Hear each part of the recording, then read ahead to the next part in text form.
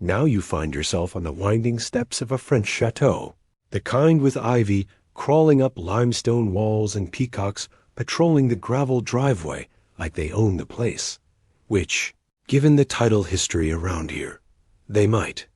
This is France, where nobility was equal parts powdered wig, political chess, and existential dread, especially if your name happened to be on the wrong list during the Revolution. Here, titles weren't just ranks, they were weapons, warnings, and occasionally very fancy alibis. France had all the usual suspects: dukes, marquis, conques, vicomtes, and barons. But it also had a unique blend of court etiquette, legal nuance, and inherited performance that made the French nobility both dazzling and exhausting. Historians still argue whether the French peerage system was the most structured in Europe or just the best dressed.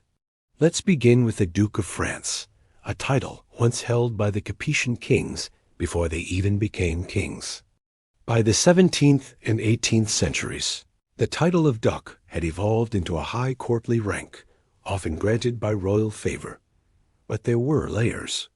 You could be a duc et brevet, which meant your title didn't pass on to your children, or a duc pair, which meant you belonged to the elite club of 12 peers, who had ceremonial precedence second only to royalty.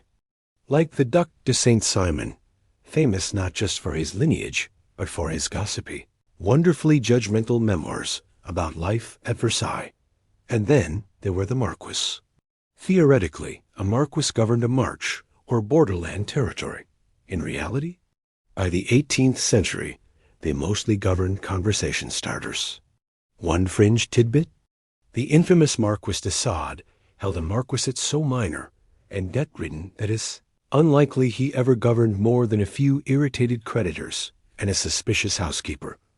And yet the title stuck, because French titles were as much about style as they were about function.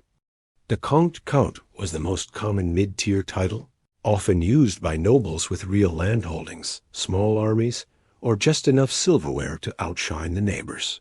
Below that, you had the Vicomte, or Viscount, and the Baron. You passed through a hallway lined with oil portraits bearing titles like Comte de Tremel, Vicomte d'Aubigny, Baron du Figuier. You pause at one, Chevalier de la Lune, or Knight of the Moon, a poetic name and possibly a warning. Chevalier was another common title, especially for younger sons of noble houses. It meant knight, but in France, it didn't always imply military